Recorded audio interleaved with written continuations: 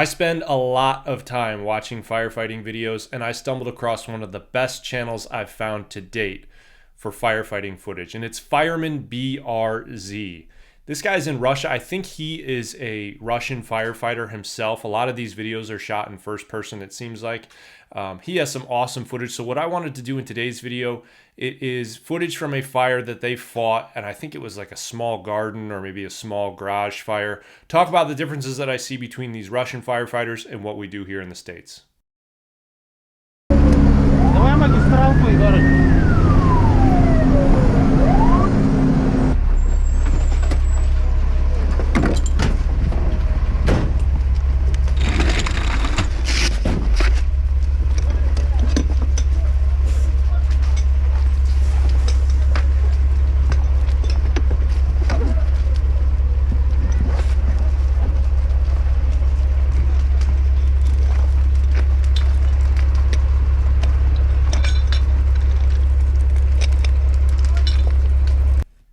So first thing I want to say, this guy's hustling. This guy got off the truck. He immediately knew his job. He immediately knew what to do. He started pulling some lines. The thing that I think is weird, and I don't know if this is just this particular truck or if it's all trucks. It seems like in Europe and in other parts of the world, fire trucks are smaller than they are here in the United States. Maybe that's just perspective from the camera. But I'm wondering, do you guys have Preconnects? We have Preconnects on our trucks here. If you're unfamiliar with what a Preconnect is, it is lines that are essentially already pre-connected to the truck. All you have to do is grab the loops and pull the line, and then you're off and running, and then the pump operator just has to activate that one line. For example, where I work on our trucks, we have Preconnects on the front bumper, and we have Preconnects in the middle that you can pull off of either side. I've never really seen anything like this where you have to essentially start from scratch, unroll the hose, connect it before you can do anything. But again, who's to say what's right or wrong? It's just how you do it over there.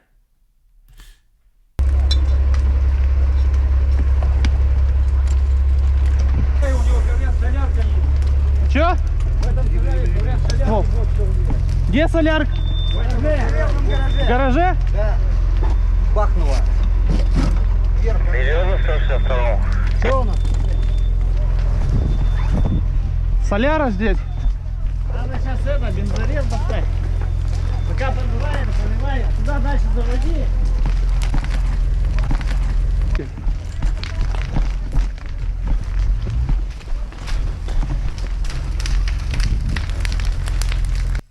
So that looks like a 1 3/4 hand line and your standard fog nozzle, adjustable fog nozzle.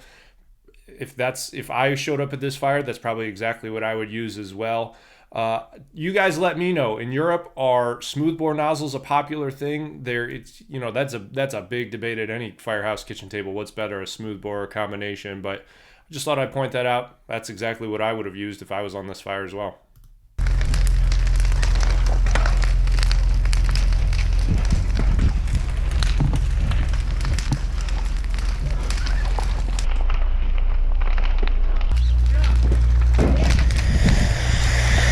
Давай с той стороны.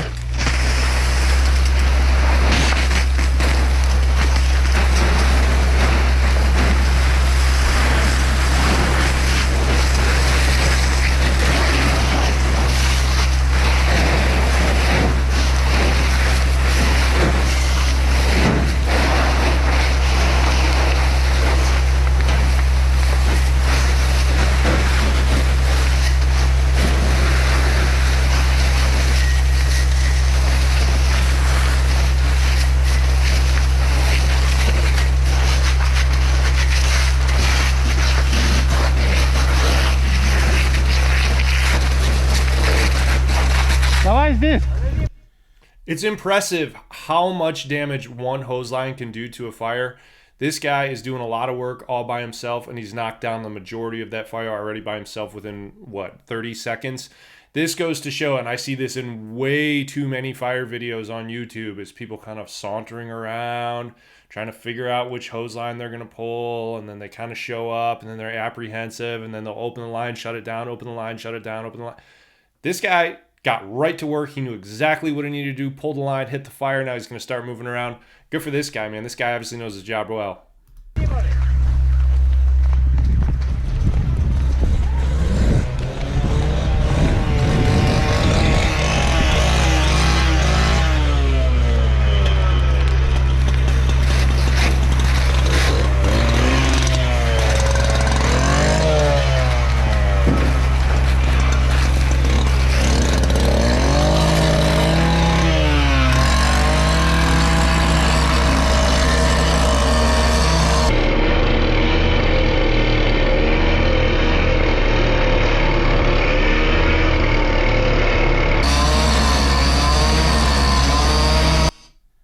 So something I want to point out right here, you see I'm assuming he's a civilian. I don't know how they structure the fire service in Russia, if it is like how it is here in the United States where we have career and then volunteer. I'm going to assume that the guy on the left-hand side of the screen, I'm not sure if you could see him, or you could see him there for a second. I'm not sure if you can see him now. I'm going to assume that that's just a civilian. It's probably not a good idea to let just random people get that close to the house and the house fire, especially while there's a K-12 running right there. But again, I don't know how they structure things over there. The other thing that I did notice is that I don't see a single firefighter wearing an air pack. Again, in the United States, that'd probably be pretty frowned upon. There's a lot of research out there about cancer and things like that. I don't know if if they're strict about that in Russia as we are here, but I mean, nowadays, back in the day, it used to be no big deal. That's what everybody did. Nowadays, it's pretty frowned upon if you're on a fire ground. Even if you're just outside, if there's an active fire, you should probably have a pack on in case you do need to get in there. So that is another thing I noticed. If you're a Russian firefighter, let me know. Is that something that's frowned upon, or is that something that's nobody really cares about?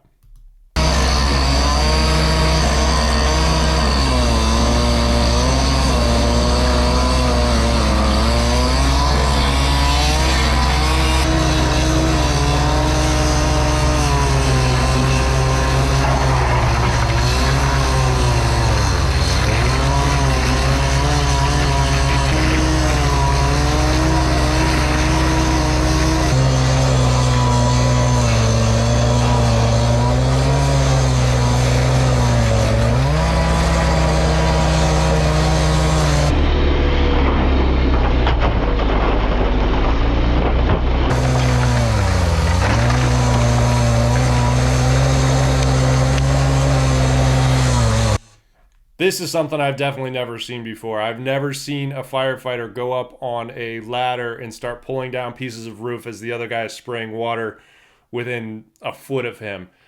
Again, it's not my place to say what's right or wrong. This is just something I've never seen in the United States. I think if you did this, it'd probably be pretty frowned upon. But again, they're getting the job done and they're doing a lot of work, so good for them.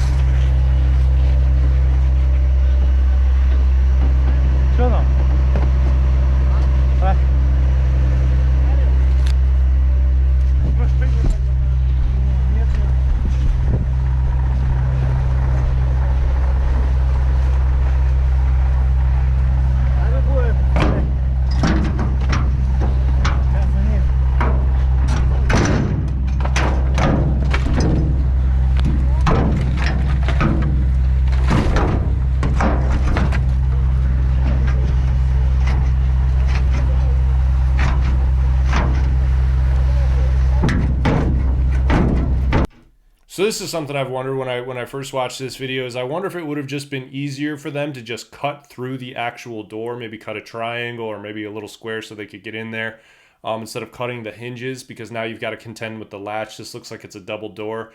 I am not a forcible entry expert. I know the standard amount that your average forcible entry. So if you are an expert at forcible entry, let me know how you would have attacked this door.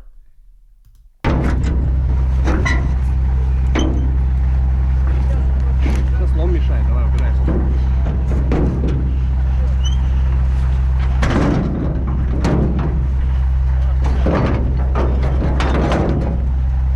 Подожди, ниже опусти его и сюда стреляй.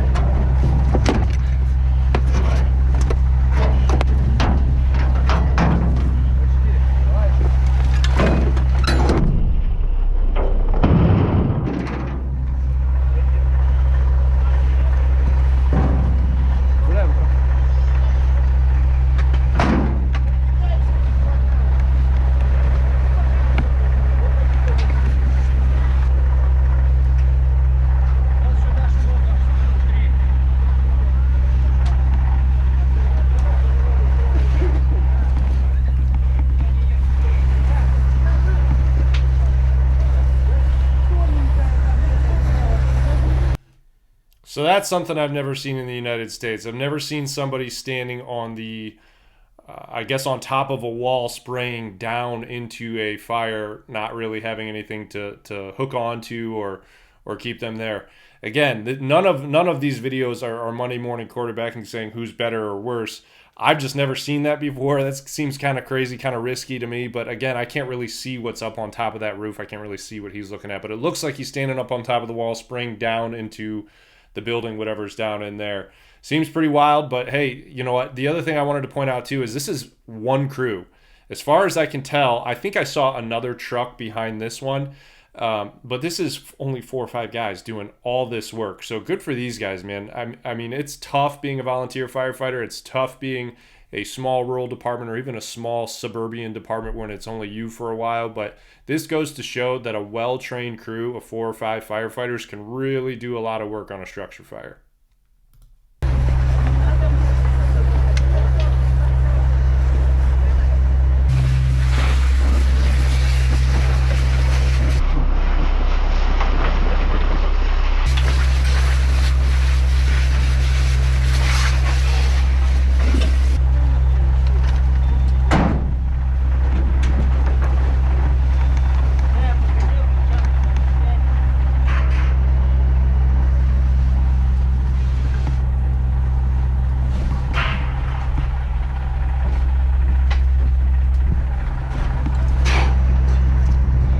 Ваня! Ваня! Дай ствол!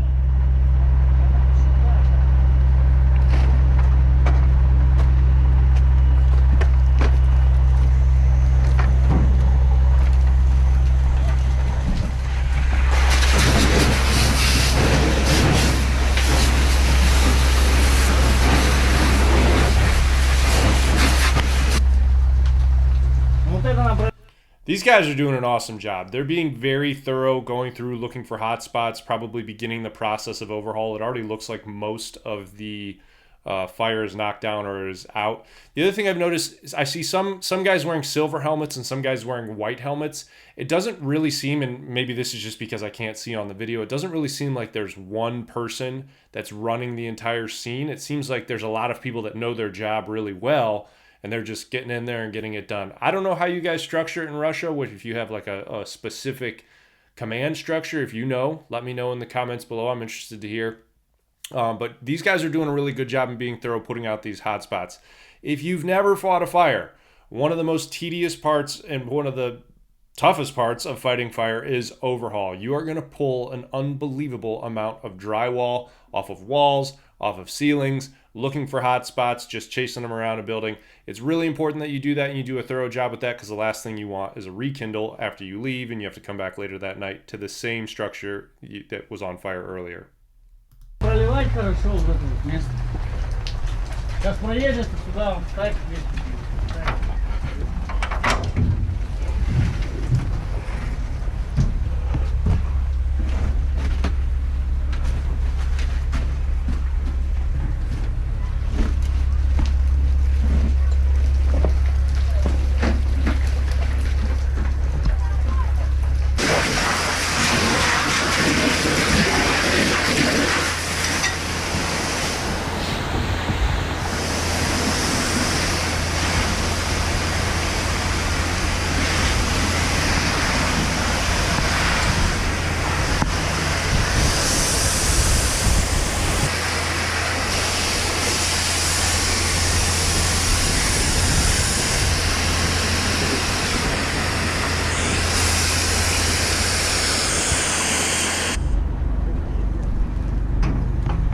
Подтяни рукавчик, пожалуйста.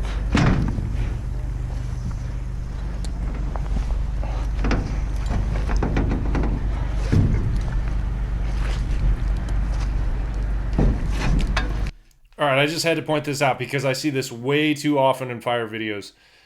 Most of the time when people ladder a building and they go up on a roof, in way too many videos, I've seen people put the rungs, not put enough rungs of the ladder above the line of the building. You want to have at least 2 or 3 rungs above wherever it is that you're leaning that ladder up against. It makes it easier to get on and off. It makes it more stable.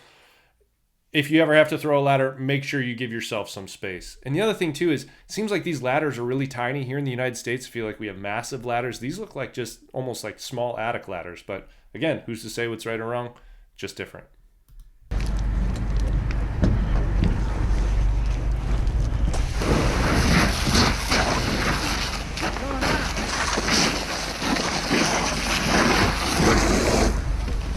Давай еще.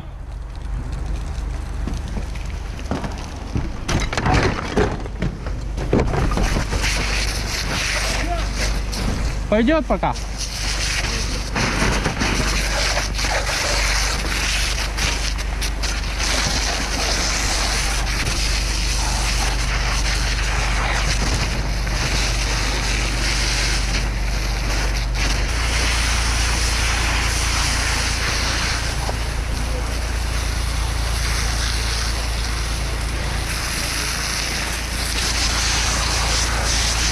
I'm wondering where they get all their water from. This looks like it's a pretty rural area in Russia. I'm not sure exactly where they are and how things are set up or what the water systems are like there.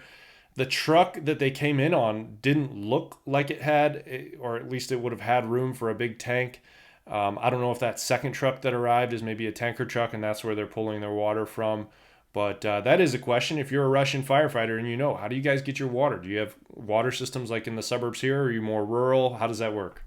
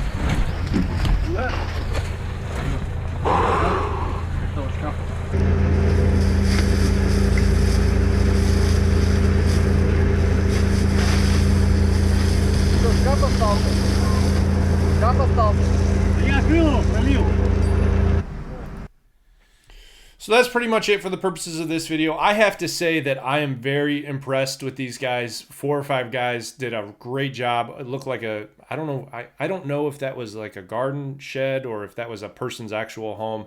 Either way, they did a lot of work. They took care of this fire very quickly with very little resources. It didn't look like they had extra water supplies. It looked like there were only a few guys there for the entire thing. They were very thorough and did an awesome job. One of the biggest differences I noticed was that nobody's wearing air packs here. I don't know if that's a big thing in Russia, but here in the United States, that's a pretty big thing. And also your trucks look like they are way different than our trucks here in the States. So as always, I hope you found this useful and helpful. If you did, give this video a thumbs up. Consider subscribing to the channel. And I'll see you guys in the next video.